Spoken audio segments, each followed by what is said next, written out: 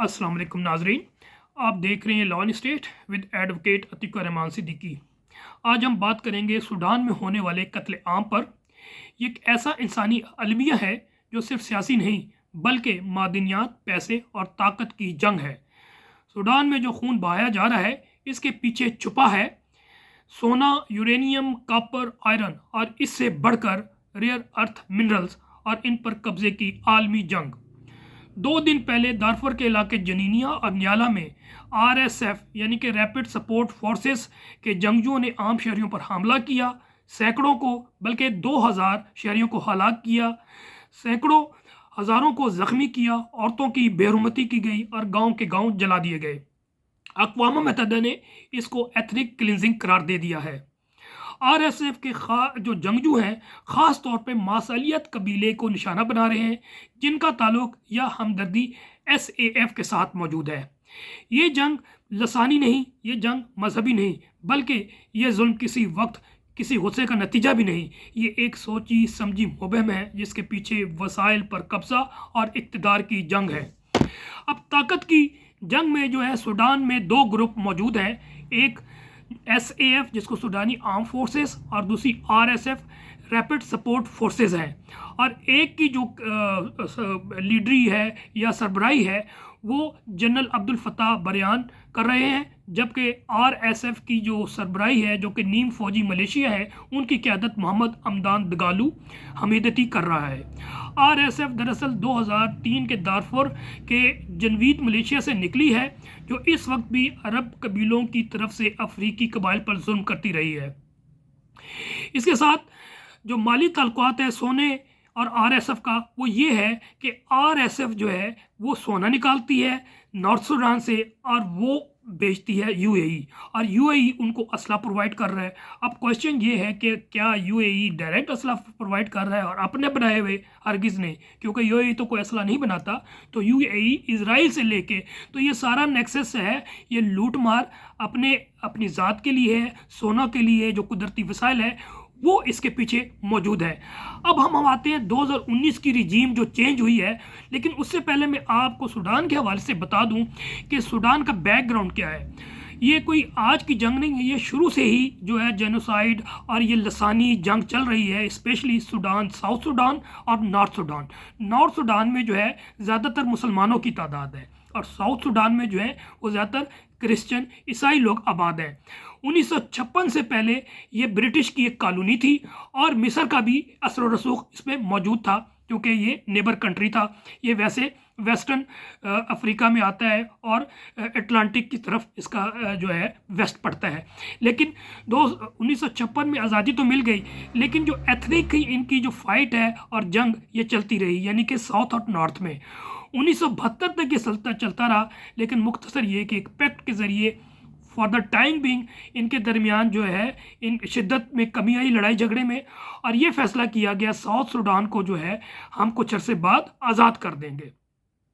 1980 तक जब ये मामला नहीं हल हुआ तो दोबारा से जो है एथनिक क्लिनजिंग या जेनोसाइड, ये 2 मुतारिब ग्रोह साउथ और नॉर्थ आपस में गुत्थम गुत्था हो गए। 1989 में 1989 में उमर अल बशीर ने कू करके पूरे सूडान पे कब्जा कर लिया और 30 साल तक इस पे हुकूमत रही। और आपको पता है आमिर जमहूरियत तो चाहता नहीं है और अपनी जो है हुकूमत को मजबूत करने के लिए वो हर हरबे इस्तेमाल करता है, हर जायज़ और नाजायज़ तरीके से।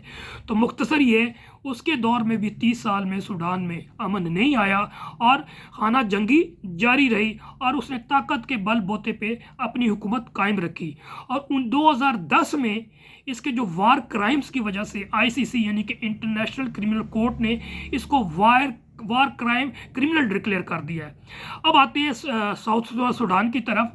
2005 में ये डिसाइड किया गया दोबारा एग्रीमेंट कि इसको जल्द से जल्द आज़ादी देंगे, और अक़वाम मुत्तहिदा के ज़रिए पर मुख्तसर ये कि 2011 में साउथ सूडान जो है आज़ाद हो गया नॉर्थ सूडान से। अब इससे पीछे भी ये आलमी ताकतों का जो है कि नज़र थी, लालच थी कि साउथ सूडान में तेल बहुत ज़्यादा था, लेकिन 2019 के गिर्द पता लगा कि नॉर्थ सूडान में जो है कुदरती वसाइल जिसमें सोना, कॉपर, यूरेनियम, आयरन और रेयर अर्थ मिनरल्स हैं, जिसकी वजह से ये मगरिब ने यूएई, इजराइल मिल के अरब ताकतों ने यहाँ पर सॉफ्ट कू किया और उमर अल बशीर जो कि डिक्टेटर था उसको हटा के ये दो ग्रुप में आपस में लड़ाई करवाई।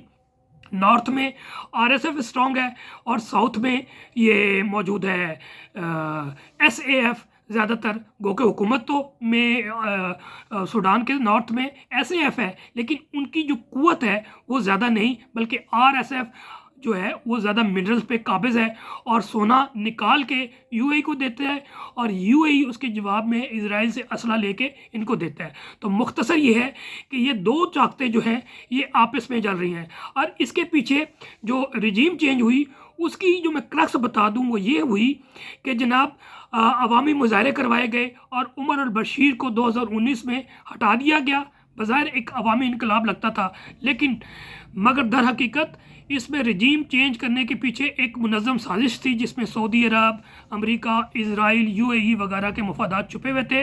उमर बिन बशीर का ताल्लुक या रुझान भी चीन और रूस के करीब था। मुख्तलिफ पैक्ट के ज़रिए चीन वहाँ पर इन्वेस्टमेंट भी कर रहा था और वो सूडान के मादनी वसाइल को मगरिब से आज़ाद रखना चाहते थे। उन्होंने इजराइल के साथ ताल्लुकात बनाने से इनकार किया। ये बात मगरबी लाबियों को पसंद नहीं आया। सॉफ्ट कू के ज़रिए 2019 में तब्दीली कर दी गई, ला दी गई और फिर इन दो मुतारिब ग्रुप को आपस में लड़ा के अपने मफादात हासिल करने शुरू कर दिए। इसके पीछे वही रेयर अर्थ, सोना, यूरेनियम, कॉपर, जंग का ईंधन सूडान के पास मौजूद है और अवाम जो है इसका ईंधन बन रहे हैं। अब आलमी अहमियत आपको बता चुका हूँ कि ये सारी चीज़ें रेयर अर्थ वगैरह थी और इसके पीछे आज भी ये सारी कुव्वतें अपने लिए इनको अवाम को, सूडानी अवाम को ईंधन बना रहे हैं अपने हवस का, अपनी लालच का। अब आरएसएफ के कब्जे वाले दारफुर रीजन में सोना और यूरेनियम की सबसे बड़ी कानें हैं। इन इलाकों से खाम सोना खरीद कर दुबई रिफाइन करके पूरी दुनिया में बेच रहा है और अरबों डॉलर कमाता है और इसके एवज में सिर्फ असला मिलता है और असला इस्तेमाल होता है अवाम के ख़िलाफ़। यानी कि असल में जो अवाम जिनकी ये मलकियत है उन्हें कुछ नहीं मिलता सिवाय ज़िल्लत के, मार के, गुर्बत के और जान से हाथ धोने के। अब यूएई और इसराइल का किरदार जिसका पता लग गया है कि इससे गोल्ड ट्रेडिंग और फाइनेंसिंग के ज़रिए ये आरएसएफ को मदद कर रहा है और फिर आरएसएफ जो है वो मुख्तलिफ कंपनीज़ के ज़रिए स्मगलिंग के जो नेटवर्क का हिस्सा बन जाता है। मकसद क्या है कि सूडान के बहरे अहमर के साहिल पर असर कायम करके आरएसएफ को जो है मजबूत करके अपनी ताकत का इस्तेमाल करना और अपने वसाइल को जो सूडानीज़ हैं उसको हासिल करना।